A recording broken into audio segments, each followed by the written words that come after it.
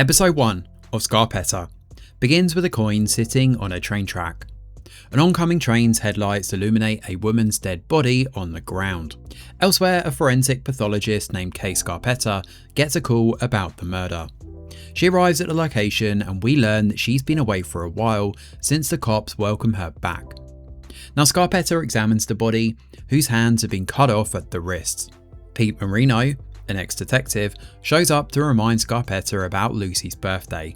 They seem very familiar with each other and she tells him the case is a bad one. She then finds the coin on the tracks and looks at it curiously. A flashback then takes us to 28 years ago. We're in 1998, where a young Scarpetta is similarly woken up in the middle of the night by a phone call from Detective Pete Marino. He says there's been a murder. Scarpetta calls a woman she addresses as Yaya to look after the young girl sleeping in the next room. This happens to be Scarpetta's niece, Lucy. She then goes to the site of the murder, which is a house where a man named Matt Peterson found his wife Lori murdered in their bedroom. Upstairs we see a very similar body to the one in the present timeline. The wife's body is naked and tied up, and also the fourth such murder victim. Now at present, Scarpetta is officially sworn in as Chief Medical Examiner once again. She gets a visit from Dr. Reddy and Maggie, who are both figures from her past. Now, Dr. Reddy is now a health commissioner and he asks Scarpetta to let Maggie work for her, which Scarpetta doesn't seem particularly happy about. We then see both versions of Scarpetta conducting an autopsy. Maggie tells Scarpetta that an officer Ryan has asked for her. It's unclear what this is about, since the next scene shifts to an older Lucy sitting by the grave of a woman named Jeanette, which happens to be her wife. Now in the background is Scarpetta and Dorothy, her older sister and Lucy's mum. They bicker loudly, which annoys Lucy. Now in the past, Marino plays an audio recording of his questioning with Matt. He suspects Matt, but Scarpetta doesn't believe he's the killer. An FBI agent named Benton Wesley joins in on the investigation here, and he and Scarpetta think on similar lines about the killer potentially being a sadist.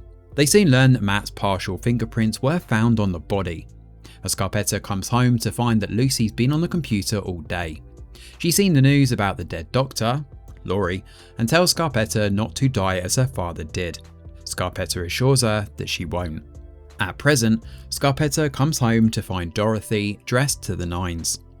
As Scarpetta's worried about Lucy since it's her birthday and she's still grieving Janet. Lucy seems to be coping by talking to an AI version of Janet in the cabin by Scarpetta's house, where she lives. Scarpetta enters the room and gifts Lucy a bracelet made of dinosaur bone. They go back to the house where they're joined by the husbands, which is Agent Benton Wesley and Marino. Benton is married to Scarpetta, while Marino is married to Dorothy. Dorothy begins telling Lucy she should work again and maybe move out, which certainly frustrates Lucy. Scarpetta pulls Dorothy into the kitchen to tell her to stop, but the argument spirals and they accuse each other of being bad for Lucy. Benton breaks it up and tells Scarpetta she's getting a call. It's a missing person who might be the Jane Does they found earlier. Scarpetta tells him she would have never come back if she knew Reddy was going to be her boss. She then tells Marino that she wants him by her side through the investigation since she needs someone she trusts. She makes him her official forensic operations specialist so he can access crime scenes. They head to the house of the Jane Doe, who is a biomedical engineer named Gwen Haney. Officer Ryan says they found a weapon that matches her head injury, which happens to be a kettlebell. He conveys that the fingerprints on the kettlebell were found to be Matt Peterson's. Scarpetta is shocked and tells Marino that they might have got the wrong guy 20 years ago. The episode then ends with a sinister clip of Matt from both the past and the present. Episode 2 of Scarpetta begins with a flashback to Miami 1978. A young Kay helps her father out in his grocery store when suddenly thieves enter and steal from the store, killing her father in the process. Now back in the present, Scarpetta notices a skin graft on Gwen's leg and sends a sample off for DNA testing. At the same time, we learn that Dorothy and Marino have been staying at Benton and Scarpetta's place for a while, waiting for the work at their own house to be done soon, which is apparently going to take another month. Meanwhile, Lucy keeps talking to AI Janet. After a night of working, Scarpetta comes home to hear Dorothy complaining about the fact that Marino is working with her again. She also fights with Scarpetta about Lucy's over-reliance on the AI. Now Scarpetta and Matt head out to work, and Scarpetta once again reiterates that she shouldn't have come back. Now in the past, a young Scarpetta is introduced to a new colleague, Wingo. He says fibres from Laurie's dress were found on Matt's hunting knife. Now Marino and Benton put Matt through a polygraph test, but the results are normal. Around this time, Scarpetta also meets Dr. Reddy and quickly deduces that he wanted her job but didn't get it. Now Dr. Reddy then comes across Maggie, who is Scarpetta's new secretary. Now Marino and Scarpetta then visit the other victims' houses, which happen to be Brenda, Patty and Cecile, and try to get into the mind of the killer. They also try to find a pattern in the victims, since Cecile is the only black woman, while the others are white. Now Scarpetta points out that Laurie was the only one who wasn't single, and the killer used phone cords on her instead of a lamp cord. Now back in the present, Scarpetta and Marino talk about the skin graft on Gwen's leg. Since they haven't been able to find Matt Peterson, they call Lucy and ask her to help find him. Now elsewhere, Benton gets sworn in at the FBI, where his former boss welcomes him. He's introduced to his new colleague, Sierra, whose team have been investigating Gwen from before she died. Sierra tells him about the case and warns him to keep all of this from his wife, including the fact that they are currently in possession of Gwen's phone. This is then followed by intercut scenes of Sierra telling Benton details about the case, and Scarpetta and Marino doing their own investigation. Now we learn here that Gwen's work involves 3D printing human organs, and that she worked with a lot of highly sensitive information, collaborating with governments for the same. Her landlord reveals that she rented out the place for 3 months, but the house is practically empty. He also says she had a boyfriend named Jinx Slater, a hacker who stalked her, as per her neighbours. As expected, Scarpetta wonders where her phone has gone. Now in the past, Benton finds out that she might have met Laurie at the ER when she got a small injury. Now Maggie enters the room at that moment and tells Scarpetta that someone has tried hacking into her computer to access the Peterson case. For some reason, Scarpetta suspects it might be Lucy, but she adamantly refuses. Lucy's also upset because Dorothy called to say she's married a man in Hawaii. At present, Officer Fruge calls Marino and tells him Jinx is a hacker. She hints that the police need outside help to find him, and over dinner, Lucy tells the others that she's found Matt Peterson. He now goes by Yammer Matthew Pete and lives on some sort of farm. Now, closing scene in this episode then shows the killer unwrapping a package in a motel room. Inside happen to be Gwen's hands. The episode ends as he chops a finger off. Episode 3 of Scarpetta begins with a flashback to Miami 1978. Dorothy dresses up and says goodbye to her parents, heading out to meet her boyfriend. By the time she comes home, their place is surrounded by police cars. Her mother is inconsolable and Kay is on the floor next to a pool of blood. At present, Dorothy is doing an interview for the 20th entry to her Dot the Dorkosaurus book series.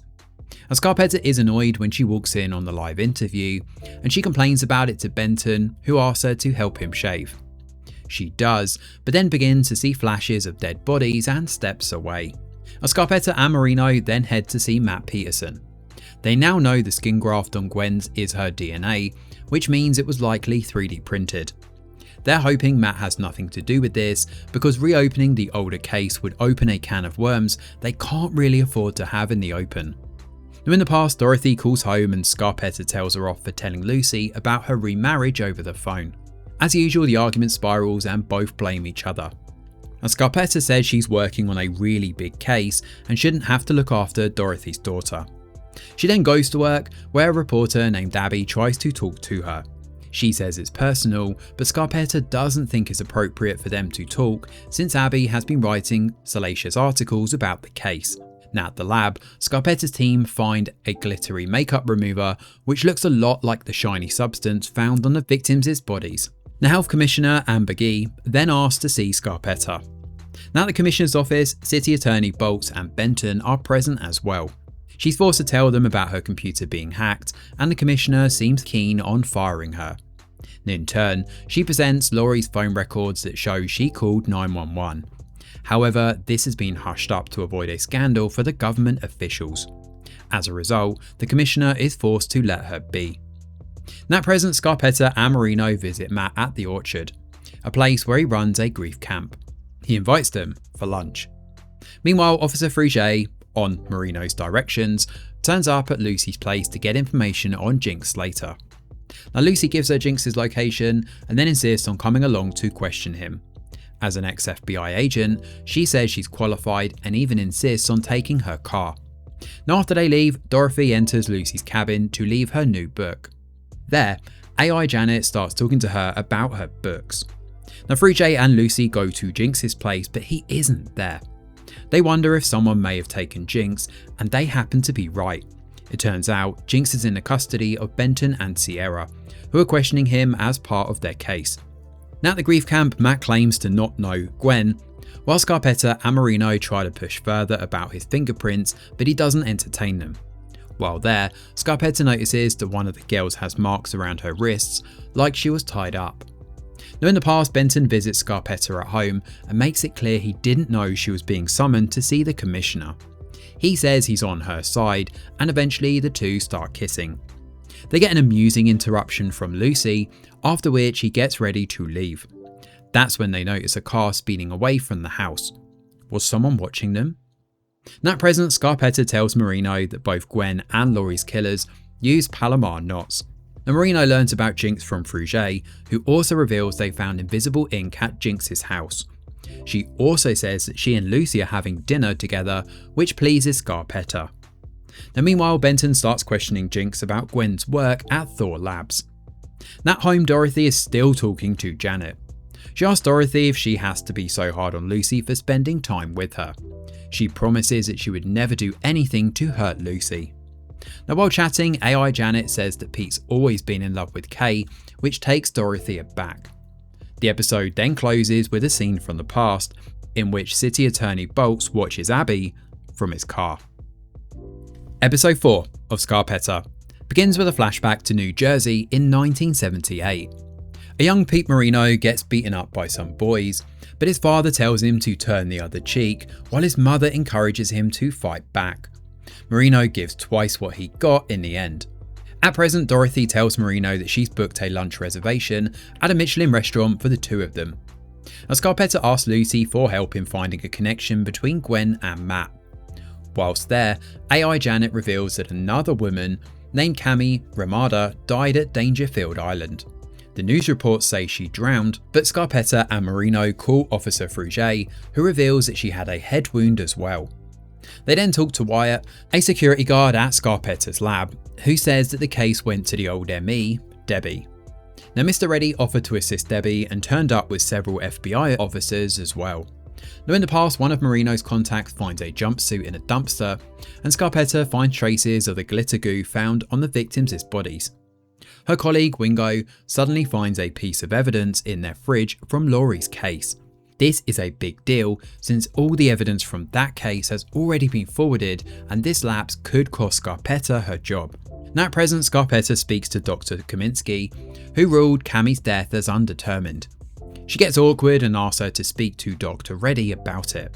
Now meanwhile, Dorothy takes Marino out for a fancy lunch and asks him to keep his phone on silent. Now in the past, Dr. Reddy learns about the mishandled evidence, and Marino pretends he asks Scarpetta to test something for him. Benton joins her investigation as well. They only find her fingerprints on the evidence though, and what's more, the UV light reveals that her fingers now have the shiny goo from the murder case. When Bolts arrives to keep a close eye on her, it's all a bit too much. Scarpetta takes her bat and goes to the incinerator, taking her frustration out on some burnt remains that are waiting to be boxed. Now at present, Scarpetta confronts Dr. Kaminsky and convinces her to do the right thing. She tells her that there was some argument over the jurisdiction of Cami's case when she arrived on the scene. Dr. Reddy arrived soon after and made sure the case went to their department. When Kaminsky was doing the autopsy, Reddy entered the room and made sure that she marked the case as an accident. Additionally, Kaminsky saw Maggie in the car with Dr. Reddy at the crime scene. In the middle of his lunch with Dorothy, Marino gets a call from Lucy, who asks him to see what she sent. It's a picture that proves Matt and Gwen had met at a bar. Lucy realises she's made a mistake as Marino becomes furious and storms out of the restaurant to confront Matt.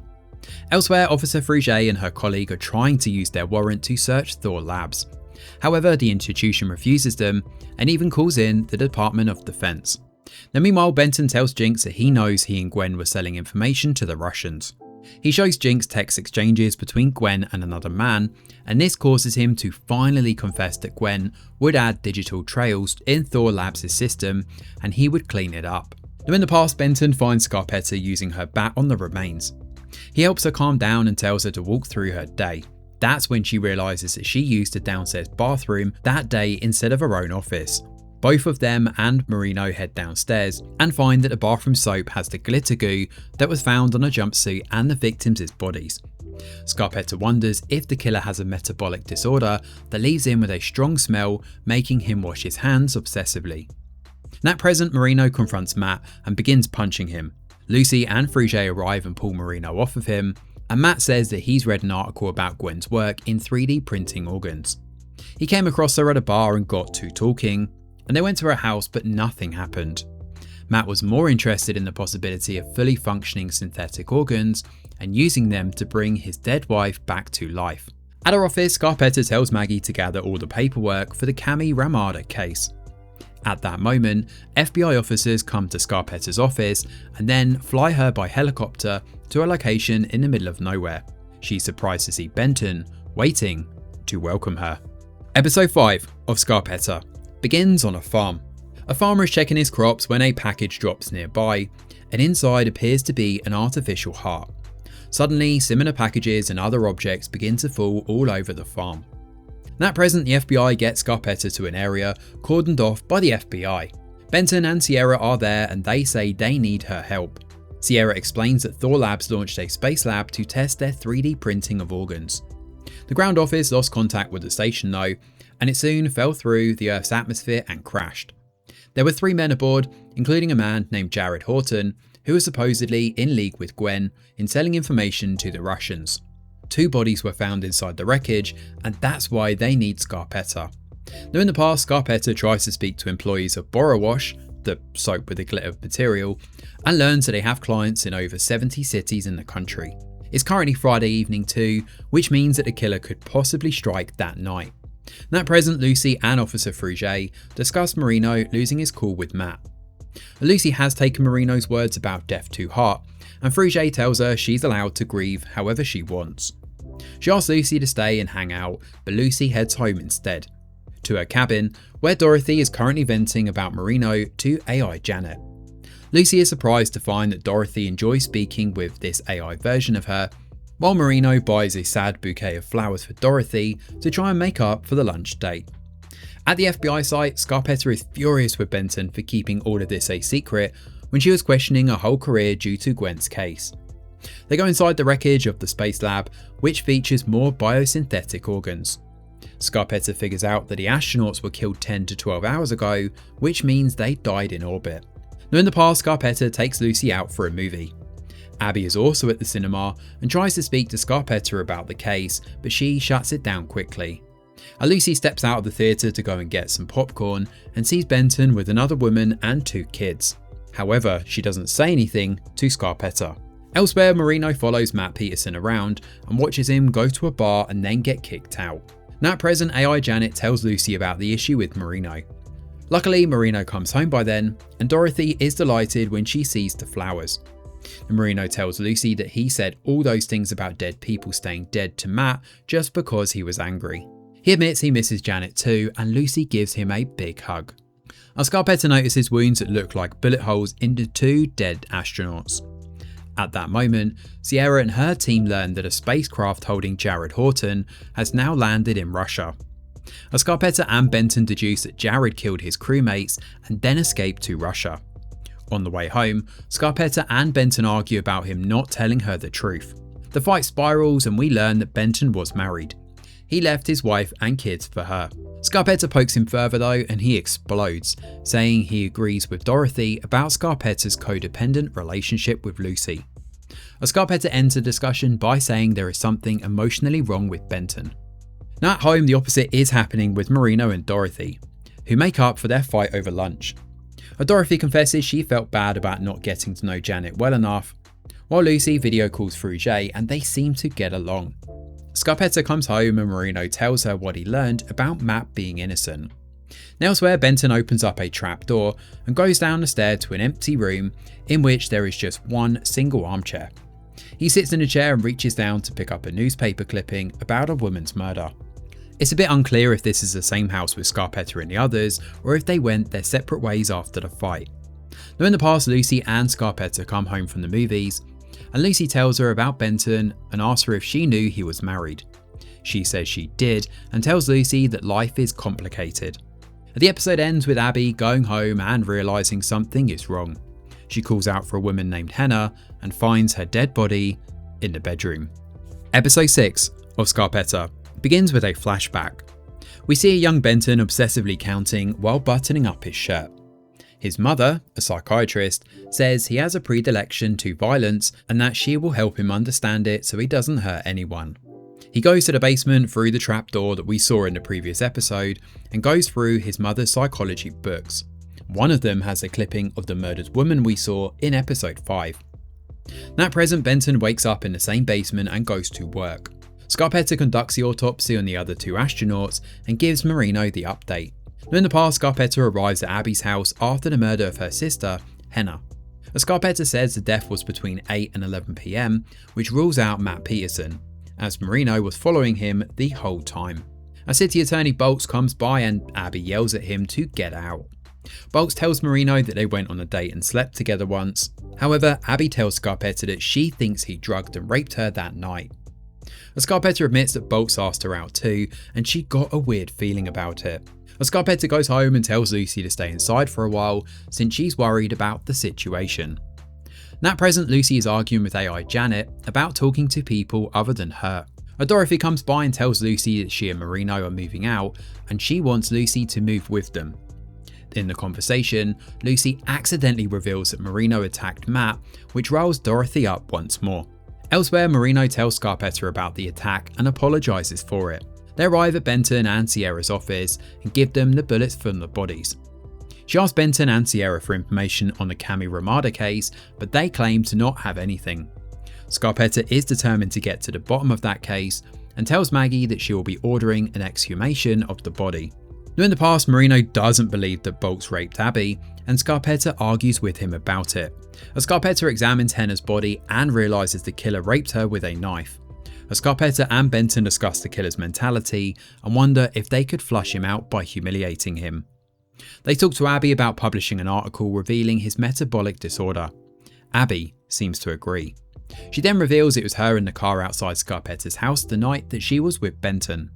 She wanted to warn Scarpetta about Bolts since she had heard they were dating, but she agrees to keep the secret about her and Benton. At present, Marino and Scarpetta go to the jogging path where Cami was running before her death. They wonder what made her get off the path and reach the riverside. On the banks of the river, Scarpetta finds a penny, same as in Gwen's case. At home, Dorothy stirs things up with Benton by telling him about Marino being in love with Scarpetta. Benton doesn't believe it, and Dorothy hints that he doesn't know why Scarpetta is so afraid of her first case coming undone. At the same time, Scarpetta and Marino discuss her relationship with Benton as well. Marino tells her to get off her high horse since she's also hiding something pretty big from Benton. Now in the past, Dorothy comes home. Apparently Scarpetta called her since there is a murderer on the loose. The earlier plan was for Lucy to go with Dorothy, but they now decide to stay here so that Lucy can help Scarpetta track down who hacked into her computer. At present, AI Janet tells Lucy to be nicer to her mother. She gets a call from Fruget and they chat for a bit. When Scarpetta comes home, Benton asks her about her secret regarding the Matt Peterson case. She says there's no secret to tell and Benton storms off. He goes to a motel room where he uses a mosquito racket to catch a bug. He then watches it slowly die. The episode ends with a clip of the killer leaving that very same motel. Episode 7 of Scarpetta begins with Lucy's wedding day. Lucy is nervous with all the bickering between Scarpetta and Dorothy. She goes to see Janet and she helps her calm down, both of them professing their love for each other. The wedding goes well though, and that's also when Dorothy and Marino get together. All three couples seem very happy. At present, AI Janet tries to talk to Lucy about Fruget and their growing connection. She tells Lucy that maybe Dorothy was right and Lucy should live her real life. Lucy doesn't agree and forcefully shuts AI Janet down. As Scarpetta confronts Dorothy about the meddling in her marriage, and Dorothy, in turn, points out that Marino prefers Scarpetta's company to her own. She then suddenly brings up Janet and how bad she feels about her death. She doesn't want Scarpetta to die or just fight all the time, so Dorothy initiates a hug and Scarpetta meets her halfway. As Scarpetta goes to see Lucy next and ends up talking to AI Janet instead. Now the AI tells Scarpetta that Janet made this program for her work, but she and Lucy swore to never use it. Scarpetta then asks Janet to do something, but we don't see what. On the way to work, Scarpetta tells Marino that Benton was asking about Greystone, but she didn't tell him anything.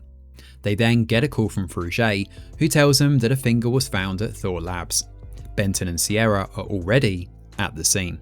Now in the past, Scarpetta watches a clip from one of her lectures where Laurie attended and asked a question about work-life balance. Meanwhile, Lucy adds something to Scarpetta's files that can help trace any person who tries to hack her computer again. Dorothy sees Scarpetta's investigation and persuades her to call the sister of one of the victims, Cecile. After speaking to the sister and noting that she has a nice voice, Scarpetta realises that all the victims had a similar voice too. Scarpetta shares this with Benton and Marino, and they decide to look at pizza delivery places while also checking if any other victims called 911. At present, Scarpetta has Cami Ramada's body exhumed, despite Dr. Reddy having called her for a meeting. Cami's family members turn up there and thank her for looking into the incident. The body arrives at a lab and Scarpetta finds that Cami had a skin graft just like Gwen. Suddenly a detective named Stan arrives on the premises and arrests Marino for assaulting Matt. Now Maggie informs Scarpetta about this and says that the health commissioner has given her permission to kick Scarpetta out of the building. At the bunker in the middle of nowhere, Benton shows Jinx Gwen's finger. He continues to protest his innocence. Now in the past, Marino drops Scarpetta off at a radio station that keeps a log of all 911 calls. She goes through hundreds of records and finds calls from Patty, Cecile and Laurie. Scarpetta also finds Borrowash at the centre and notices that all the calls were taken by a man named Roy McCorkle. She inquires about him and learns that he's at home with an ailing mother. She calls Marino and tells him to meet her at Roy's home address, which happens to be Greystone Avenue, and she finds the address on Roy's desk. At present, Scarpetta is removed from her office. She meets Lucy at the police station to wait for Marino, where Scarpetta has a serious talk with Lucy about Janet and her own enabling of Lucy's methods. She tells Lucy to move out, but Lucy doesn't take this news particularly well. Now in the past, Scarpetta goes to Roy's house and waits outside for Marino, but she starts hearing screams from inside the house and rushes over to help. Unfortunately, the sounds are coming from a video recording of one of the murders. And as Scarpetta is searching for the woman, a man wraps a cord around her neck and drags her inside. She uses a piece of glass to stab him in the neck and the man goes down. Marino arrives by then and shoots the man in the neck, covering the stab wound with bullet holes. He tells Scarpetta to pretend she was never here. Episode 8 of Scarpetta begins with Marino telling the cops that it was he who heard the woman screaming and approached the house. The man blindsided him and he was forced to shoot him to survive. Later, Scarpetta tells Marino that she never asked him to shoot the man or to lie for her. She will now have to lie on the autopsy report. He says that she had no legal cause to be at the house and would have gotten in big trouble. Now back in the present, Marino gets out of jail and Scarpetta tells him that he always goes too far. They talk about the good and bad things they've done, and Marino tells her they could simply drive away from all of this. Scarpetta says they could. They then quickly change the topic and Marino heads inside the house. Scarpetta tracks Benton's phone location and sees that he's actually near the house too. Meanwhile, Lucy goes to Fruget's place and they have sex. Afterwards, she avoids kissing Fruget and tells her that she's a messed up person and needs to leave. She doesn't show much remorse, even when Fruget says she got suspended for letting Lucy come with her to search for Jinx later. Elsewhere, Maggie speaks to Dr. Reddy. She says if Scarpetta is right about the serial killer, then it's on them. They seem to be arguing for once. In the past, everyone celebrates Scarpetta for her help in finding the killer, but she's naturally quite uncomfortable. Benton goes looking for Marino and learns he's being questioned by Internal Affairs. At home, Lucy finds that someone from Scarpetta's office has been hacking her computer. At that moment, Scarpetta comes home and breaks down in her room. Dorothy is the one who comforts her and tells her she's done nothing wrong. At present, Dorothy has had enough when she hears about Marino's arrest and tells him they should move into a hotel room that night. She also brings up what Janet said about Marino being in love with Scarpetta. He denies it, of course, but she confronts him further and tells him to choose between her and Scarpetta. As for the doctor herself, she follows Benton's location to a truck sitting on the mansion's grounds. Benton tells her that this is where they held Jinx all this while. He's now been charged for Gwen's murder, and Benton tells Scarpetta to stay away from the Gwen and Cammy case. Benton starts telling her about his behaviours and that he enjoys watching some creatures suffer. She tells him she's just as messed up and asks him to give her his worst. Instead, he tells her he wants a divorce. A very drunk Lucy goes to her cabin next and starts talking to AI Janet, admitting that Fruget makes her feel like there may be a life outside. However, the AI Janet doesn't reply, and Lucy realises that the program isn't on her device anymore. She breaks down just as Dorothy comes in. Dorothy thinks it might be Scarpetta who did this, but Scarpetta insists it wasn't her. Lucy yells at them both about never truly seeing her. Now things get worse for Scarpetta when she realises Marino and Dorothy are leaving. She says she needs Marino for the investigation right away since Dr. Kaminsky has information for them. However, he elects to go with Dorothy to the hotel. Now in the past, Scarpetta accuses Maggie of hacking into her system and tells her that she's fired. Now Benton meets Scarpetta and asks her what happened with the case. Instead of explaining, she pulls him into a locked room and they have sex. Afterwards, she tells herself that she can never tell him the truth. At the same time, Marino gives up his police badge. When the announcements are made, he isn't up on stage with Scarpetta and Benton. Back in the present, Dorothy and Marino arrive at their hotel. Lucy goes to see Matt Peterson of all people, while Benton visits Sierra. Scarpetta gets a surprising visit from Maggie, who gives her a sample of the skin graft and says it was the same material on both Gwen and Cammy. She says that it was Reddy who hacked her computer in order to make sure Scarpetta never trusted Maggie. He then dragged her into all of his bad deeds, but she's now ready to turn on him. She has proof and, in turn, promises to keep Scarpetta's secret, because she knows that she killed Roy. After hearing her out, Scarpetta agrees to work together to take Reddy down. Now back home, Scarpetta gets a call from Fruget, who says that Gwen and Cammy were part of a test group at Thor. That's how they had the same skin graft. She says there was someone else in the test group, but the network is bad and Fruget's voice cuts off. That's when Scarpetta sees the flattened penny sitting on a dining table. We then see that the murderer is standing behind Scarpetta, and it happens to be Officer Ryan, the sweet-faced police officer who has been present in all the cases from the timeline in the past. A flashback here shows a man telling his young nephew, a young Ryan, to place a coin on the train tracks and wait until it's flattened. While the boy focuses on this and even gets his skin burnt on the hot train tracks, the uncle messes around with young girls. Back in the present, Ryan tells Scarpetta that Laurie's murder inspired him. He confesses to making a mess with Cammy, but he says that Gwen was perfect, and he did it all to impress Scarpetta. Now Scarpetta runs and he follows, attacking her by placing cords around her neck. After a scuffle, Scarpetta throws him down the stairs and uses her bat to beat him up, letting all of her rage out.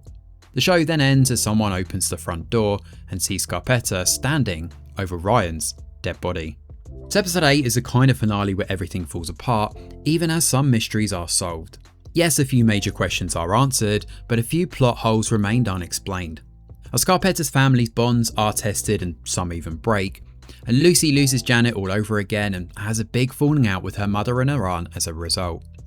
The way she brings up race ID now, in the last episode, feels a bit like checkbox treatment, to be honest. We do see Scarpetta asking Janet for something, but she later insists she didn't turn the AI off. So, is she telling the truth? These are the kind of little loopholes left even at the end of the series. Similarly, Benton and Scarpetta get an all cards on the table confrontation, except it still doesn't feel like a solid explanation for Benton's sudden pulling away from Scarpetta. Yes, he now knows she has a big secret, but isn't he giving up a bit too easily?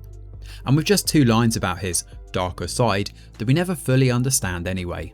The show also hasn't established his relationship with Sierra enough for us to understand why he seeks refuge with her at the end.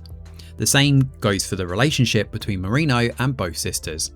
His dynamic with Scarpetta is never clarified, and the conversation in the car muddies the waters further.